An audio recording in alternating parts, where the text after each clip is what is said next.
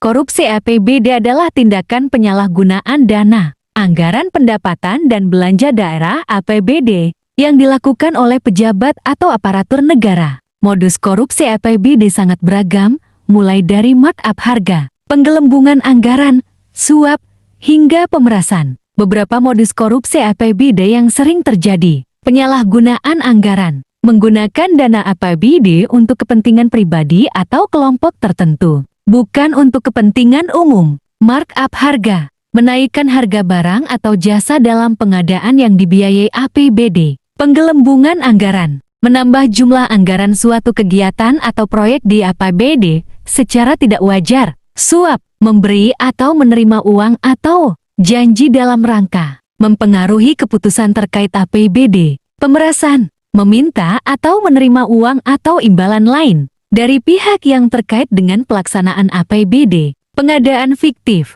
mengadakan proyek atau kegiatan yang sebenarnya tidak ada, namun dananya dicairkan dan dikorupsi. Gratifikasi, menerima hadiah atau janji terkait jabatan yang dapat memengaruhi keputusan terkait APBD. Perbuatan curang, melakukan tindakan tidak jujur dalam pengelolaan APBD, seperti memanipulasi data atau dokumen. Benturan kepentingan, pejabat atau aparatur negara terlibat dalam proyek atau kegiatan yang dibiayai APBD di mana mereka memiliki kepentingan pribadi. Contoh kasus korupsi APBD: korupsi dana hibah dan bantuan sosial yang disalahgunakan untuk kepentingan pribadi atau kelompok tertentu. Korupsi pengadaan barang dan jasa, seperti proyek infrastruktur atau pengadaan alat kesehatan dengan cara markup harga atau penggelembungan anggaran. Korupsi dalam penyusunan dan pelaksanaan APBD, seperti manipulasi data atau dokumen untuk mengelabui pengawas. Korupsi dalam pengelolaan aset daerah, seperti penjualan aset daerah di bawah harga pasar atau penyalahgunaan